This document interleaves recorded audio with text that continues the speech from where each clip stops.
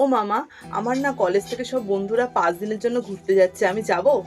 না না, ওসব ঘুরতে ফুরতে যেতে হবে না। আজকালকার দিনের কি অবস্থা দেখেছিস যাই না তো? মা, সবাই যাচ্ছে। না না না না, যেতে হবে না কোথাও, ঘরে থাক, বিয়ের পর বরের হ্যাঁ, সাথে যাবি। কি গো, শোনো না, বলছি আমরা তো বিয়ের পর কোথাও ঘুরতে যাইনি, চলো না কোথাও দিয়ে একটু ঘুরে আসি। হ্যাঁ গো, যেতাম, কিন্তু বিয়ের জন্য এত খরচা হলো, লোনটাও তো শোধ করতে হবে, বলো কি করে এখন টাকা খরচা করে ঘুরতে যাই বলো আচ্ছা তো। ঠিক আছে। কি গো, ডাকছিলে? আমি 5 দিনের জন্য অফিস ট্রিপে যাচ্ছি, বুঝলে তো, একটু জামা কাপড়গুলো গোছ কিন্তু করে তুমি দাও যে তো। বলেছিলে বাবুর পরীক্ষাটা শেষ হলে আমরা 3জন মিলে ঘুরতে যাব। কি করব বলো, অফিসের ট্রিপ নাও করতে পারলাম না, যেতে তো হবেই, তোমাদের পরে নিয়ে যাব, ঠিক আছে? ঠিক আছে। এই বাবু শোন না, বলছি তোর তো কলেজে ছুটি পড়ছে, আর বাবাকেও তাহলে বলছি অফিস থেকে কিছুদিনের জন্য ছুটি নিতে, চল আমরা পাহাড় দিয়ে ঘুরে আসি।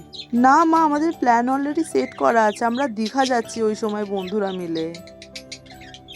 ও, কারা যাচ্ছিস তোরা? কলেজের সমস্ত বন্ধুরা যাচ্ছে।